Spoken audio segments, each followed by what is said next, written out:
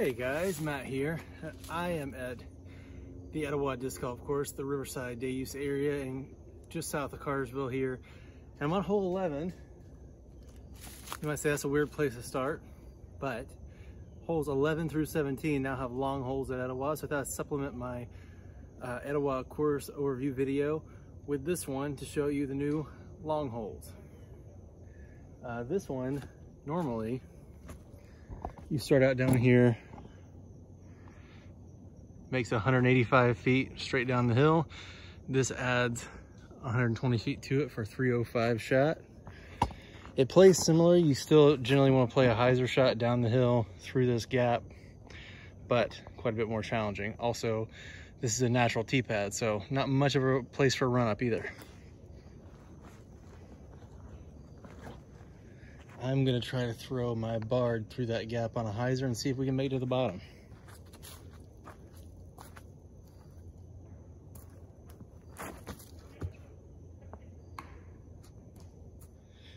So my shot landed right here by the short pad. I actually like to try to shoot this gap with a stego from this close, see if I can spike the landing.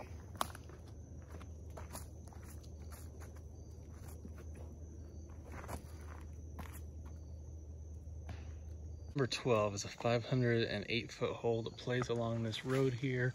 The road's inbounds, but there's a cord down there you may be able to see bordering the creek, and that is all out of bounds. So the best play is to try to hyzer over it and then get down to the pin, which is up on that hill to the left.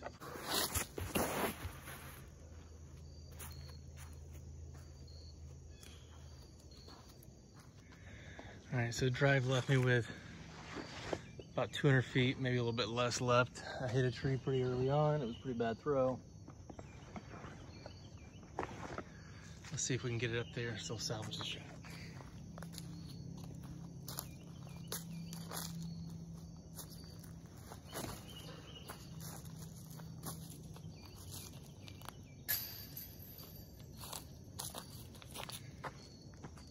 It went in, got the two.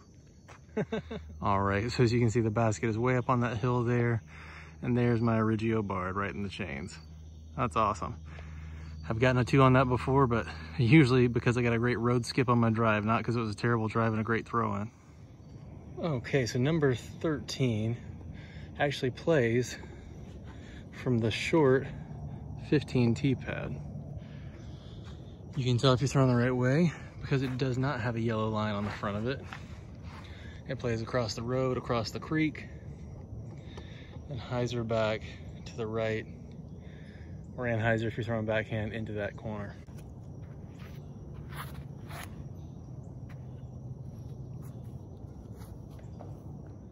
There we go, should be a tap in. I might even just pick up the Justice to do the honor since that was such a good shot. All right, so 14 long, adds about 95 feet. From the short one, you can see it right up there. The short one is in front of us. So it's 412, and it's kind of an interesting hole because it's basically at 200 feet on this side of the creek where the bridge is, you can see up there, and 200 feet on the other side. So you can either play for the two and try to go all the way in one, or a lot of people lay up right in front of the bridge with a putter or mid-range and then go for it on the second shot. I like to try to go for this one. It's difficult, but definitely possible if you hit the line right.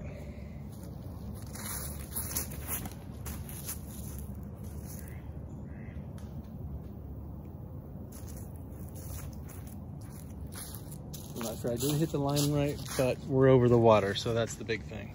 As I'm walking down here, I thought I'd show that the river is right here by the fairway, and this is the one where if you hit a tree, it's probably gone. It's pretty deep this time of year. It's early October. They're letting a lot of water out at the dam, and also the creek down here, which is usually fairly innocuous, is actually deep enough to swallow a disc at the moment. Let's see if we can get a look at it. Yeah, that's about 3-ish feet instead of its normal 8 inches, so I wouldn't want to dig a disc out at the moment. Really pretty this time of year though.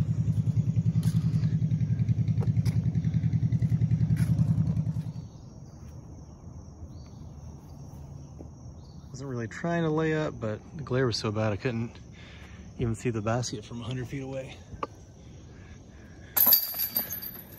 Okay, we're on hole 15 now. It's a 480-foot par 4 from this position. And this red bracket line in the road is actually the tee box. I actually don't have the disc I usually like to throw here, which is a Atomic Line Kahoo. So I'm gonna have to try to do it with my Stag, but the road plate's OB on this one. So gotta be a little careful with that.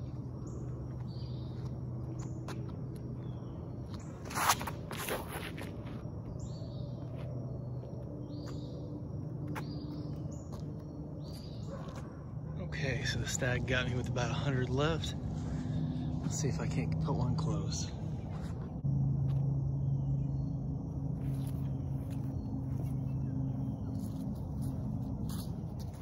Pretty easy putt from here, but still an elevated basket with this little wooden pyramid, so a little bit. So this location in the parking lot across the street from 15 is actually the tee for 16 and 17 long. This red mark on the curb here is the tee. So I'll actually throw both shots from here and then we'll follow each one individually after that.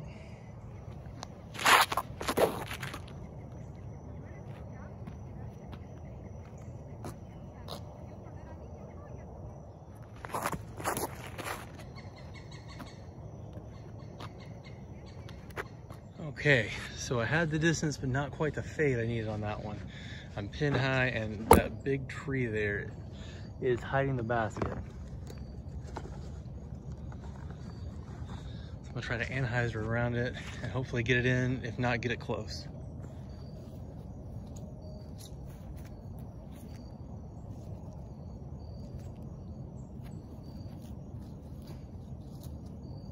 Here we go, easy 3. They can't all be birdies. So for my throw for 17, I don't know if you could tell, but I rushed it a little bit to get out of that family's way. I wasn't really throwing that close to them, but to the uninitiated, with things flying fast over their head, it can be a little unnerving, so I try to get out of their way quickly.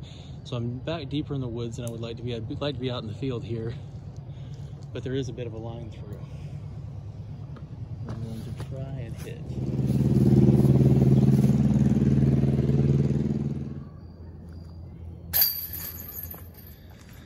Since my last video here, 19 and 20 have actually become permanent holes. And this is 19 here. It's only got one position for tee pad and pin as far as I know.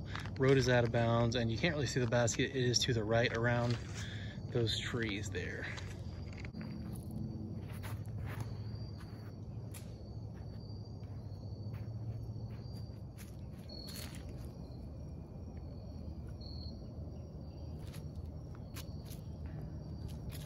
Okay, and that brings us to number 20. This one actually has multiple pin positions. It's in the short position right by that leaning tree right now. And there's a long one that is way down at the end of that power pole support. If you can see, about almost 200 feet longer. That's actually a really fun spot. There actually is a temporary tee location as well that makes this one over 500 feet, I think, which is a lot of fun. During tournaments, this short position actually usually has a triple Mando gate right in the middle, which can mess up a lot of people. It's pretty fun.